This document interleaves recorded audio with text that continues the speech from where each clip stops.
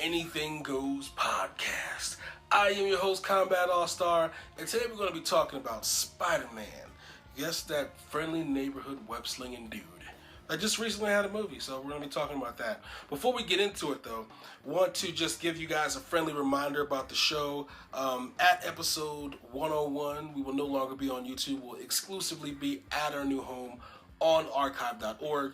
I am still working to get us on Stitcher, but I'm still having issues with their team. Their tech team is not very useful. There's some issues with the RSS feed, not our RSS feed, but them recognizing it as an RSS feed. So still working on that. In the future, I do hope to be on archive.org and on Stitcher for you guys, so we can basically talk wherever you are. You know what I mean? You can listen to the podcast on Stitcher, where most of you guys are at. I know most of you guys are at. Or you can listen to us on archive.org. So you have a choice. Thank you for being so supportive and retweeting and watching, or not watching, but listening to the show. Really, really do appreciate it. This is Kombat AllStar week, so on Tuesday you'll see that show upload. But since I was sick last week, I'm still kind of recovering over that. I figure I'd give you guys a podcast anyway. So thank you for the support. We'll continue to be pumping these out every week. And like I said, wasn't supposed to happen this week, but since I missed last week, I figured I'd do it for you guys anyway.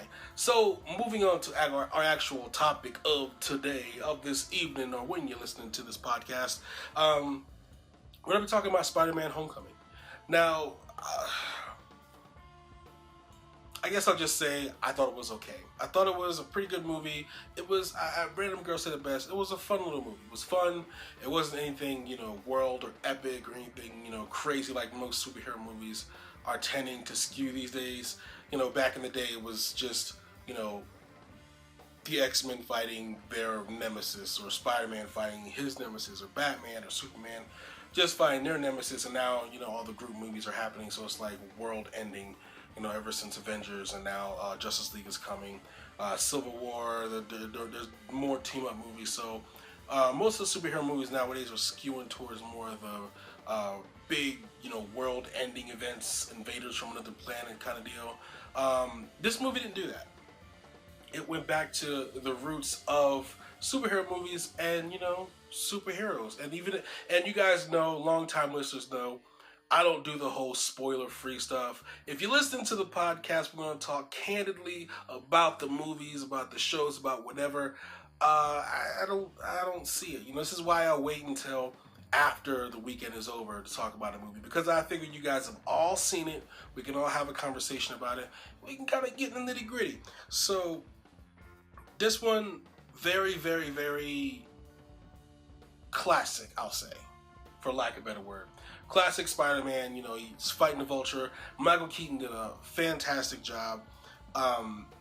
He was all the other villains in other movies are pretty forgettable, but he wasn't.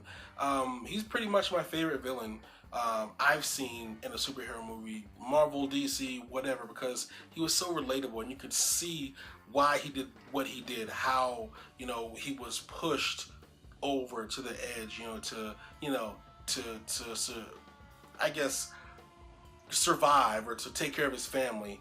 So yeah, I get, he was totally relatable. And a lot of the villains out there, they're completely forgettable. You gotta kind of look up their names or whatever, or look to see, oh yeah, he did face General Zod, huh? I remember the world-ending destruction, but Zod, not so much. Same thing with the other, every other movie. It's like Yellow Jacket. Oh yeah, he was Ant-Man's villain in that movie. I almost forgot about that. But in this one, the villain was very memorable. It was awesome. It was fun. It was fun. I can just say that it was fun. It was exactly what I thought it would be. Just this little kid, 14, 15-year-old kid, learning how to be Spider-Man, learning how to use his powers for the first time, which sounds a little cliche, we've seen it before, but it wasn't really an origin story. It was more of a coming of age for Spider-Man. Not so much for Peter Parker, but for Spider-Man, becoming Spider-Man, learning what it means to be a hero. And that's something we haven't really seen in a superhero movie before. Usually it's just like, okay, I got these powers, how do I control them? Boom, I'm off to the races. And this one, it wasn't like that. It wasn't about just getting powers and using them. It was like, I've had these powers for a while. I'm still trying to get the hang of what it means to be Spider-Man, what it means to be a real hero. I'm a kid and I'm scared. You know, I'm in these real life situations where I could die. So I mean, it tackled all that stuff and it did it really, really well. And it was very well written. The realism of, you know, being a kid in this big world where you have the Avengers and you know, these big, you know, I guess A-class heroes, or, you know, triple A heroes out there, and they're the best, and, you know, I'm just some kid with powers. I'm trying to make a difference. So it was good. It was refreshing to see that. Would I have seen it if someone else didn't pay for me to go see it? Probably not. Like I said, I knew exactly what kind of movie this was going to be just by looking at the trailers. I mean, I know exactly what I was getting. Kudos for them for not, you know, false advertising, but it wasn't something. It wasn't like one of those must-see blockbuster movies. And I know people are probably going to get on my case about that, but hey, I got my own opinion, and that's what it is. I thought it was an okay movie. Maybe good enough to rent. Definitely not good enough to buy. Maybe if you're into, you know, I mean, it's in the Marvel Cinematic Universe, so it, you know, it gives you like, it lets you know what's happening. So, you know, you see everything's moving, you know, uptown to the new Avengers location. You see now it's more like a dormitory where they're dorm/training, almost like Xavier's school, but for adults. You know what I mean? You see Pepper's back, so, you know, Pepper's back and Tony wants to propose to her. So I mean, you get all those tidbits that, you know, when the next movie comes, it's not going to be so surprising, whatever movie that may be in the Marvel Cinematic Universe. So you get all that from this movie. So it's, if you're into, you know, knowing every little tidbit about all the other movies, or having, you know, getting one concise story about the Avengers from different people's points of view and everything, definitely pick it up. But as a standalone Spider-Man movie, I don't know. I wouldn't buy it. I wouldn't buy it. I'd maybe rent it. And I definitely wouldn't go to the theaters to see it. Not saying I hate the movie, but I don't think it's worth it. I mean, you got so much good stuff out there now. I don't think it's worth it, to be honest. Wonder Woman killed it in the box office. That was a phenomenal movie. It wasn't as big. It wasn't too big for its britches. You know, she wasn't trying to fight, you know, oncoming aliens of the world. So again, she was fighting her own villain or whatever, because it was her own standalone movie. But there was a lot of heart in it. And because of the heart, because of the tone, I would definitely pick up Wonder Woman, you know, without a doubt. You know, when it comes out, it's as good as bought. You know what I mean? It kind of reminds me of Power Rangers. Power Rangers was the same thing. Lots of heart. As soon as it came out on digital, I picked it up. Those movies you got to keep. This one, not so much. I've heard people online, on YouTube, on Twitter, talk about Spider-Man. I know Angry Joe was, you know, saying this was this is possibly the best Spider-Man movie he's ever seen. Comparing it to, like, you know, his favorite was the second one. And to me, this is definitely not the best Spider-Man movie ever. I mean, so he was probably the best Spider-Man. I'll give him that. He was a pretty good Peter Parker. But as far as the movie go, this is definitely not the best Spider-Man movie. Let me see. If I had to choose the best Spider-Man movie, it would probably be a toss-up between 1 and 2. Both still had a lot of heart. It was a fantastic film. Tobey Maguire did a great job. I liked all 3 of the films. I didn't think any of them were bad, even though people hate Spider-Man 3. Still thought it was a good movie.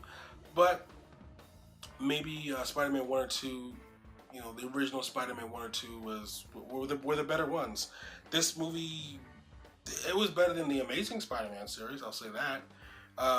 And not by much. I don't think it was all that great. I think it was just like I said, just a fun movie. And one of the biggest things I had going into the movie, one of the biggest issues I had with the movie was the fact that it was so diverse. They made Flash Thompson this Indian guy, or of Indian descent, you know. They made MJ, we don't know what she is, but she's definitely not a redhead, you know, white chick with red hair. It just kind of threw everything that we knew about Spider-Man away, and I didn't like it. I've been accused of being a purist, by a couple of my friends. They're like, "Oh, Combat, if it's not exactly like the comics, you hate it." And I don't think that's necessarily true. You know what I mean? But going into this, I was not a fan at all. So coming out of it, I didn't mind it.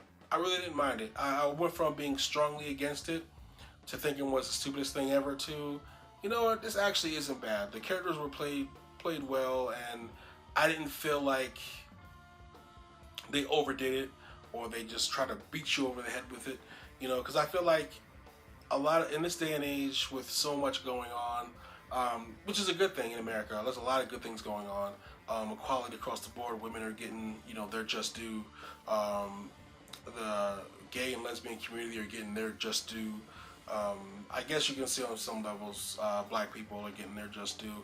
So, I mean, everybody's kind of coming up and it's becoming more of a fair mixing pot here in the U.S. But I feel like when it comes to shows, movies, if it's a particular way, they kind of beat you over the head with it. Especially, if you're gay or lesbian, like you automatically have to be kissing in every scene to put a stamp on it. Boom, yes, I am gay. Boom, yes, I am lesbian. Like they just beat you over the head with it. It's like, okay, I know some, gay people. I know a few lesbians in real life, and they don't, every time I go over their place to chill or kick it with them, they're not, tonguing each other down.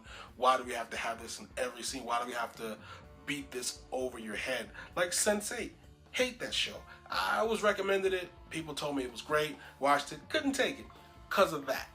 But this movie did not do that. It was like, okay, I may be of Indian descent, but I'm still an American. I'm still a jackhole. You know what I mean? I'm a rich kid that's gonna, make fun of you. I'm still a bully. So Marvel did a great job as far as writing the script and making it just because like they happened to be, you know what I mean, what they were. It wasn't like they were beating you over the head with it, or it was like in your face, ha. He wasn't like, red dotting it, praying to the east or whatever. But I'm just saying he was just a regular kid, just like anybody else, and he was a jerk. So that made me forget about the diverse casting because I felt like it was real. I felt like it was genuine. Even the deli going to New York. I mean, I just felt like it was good. It was really good, and I really appreciated the smart writing. I really appreciated what they did in the film and how it came across. And I really don't. After watching the movie, I don't mind it. It's one of those things where it didn't even matter, and that's exactly how it should have been written. Like it doesn't matter. Like when you write a character, it's an awesome character, and then whoever you cast for it, whether it be a girl, whether it be a guy, whether it be someone of African or Indian or whatever descent, if they play that part, it shouldn't matter what they are as long as they played that part and did a good job. So kudos to those guys for acting their butts off and for writing it the way that it did and casting it. So I thought it was good. So I mean, overall, like I said in the beginning, good movie, not great. I think it was what it needed to be. I think it's exactly what it was supposed to be. But I wouldn't have, like I said, I stand by my recommendation. If I had to give this movie a grade, I would give it a C+. A solid C+. A solid C+, maybe a B-, just because even though it was entertaining, it wasn't, I wouldn't spend money on it. I don't know. Like I said, it's good for maybe a $2 to $5 rental, but it was okay. So those are my thoughts on Spider-Man Homecoming. Hope that you guys enjoyed it and liked it if you went out and spent your money on it. Let me know what you guys think in the comments below. Always love to hear what you guys think. Did you like the movie? Did you hate the movie? Did you agree with me? You think it could have been done better? Did you like the villain, the choice that they used with Michael Keaton? I mean, I think the best part of this movie was the villains. I mean, they were big, they were overbearing, they were, it seemed like an impossible thing for Spider-Man to go up against these villains. It wasn't like, any other movie where it's like, you know what, I think the Hulk got this. I think, they're evenly matched, but I think if the Hulk does something a little bit different, he's going to smash this guy up. Or, the same thing with Thor, the same thing with any other overpowered superhero like Superman or whatever.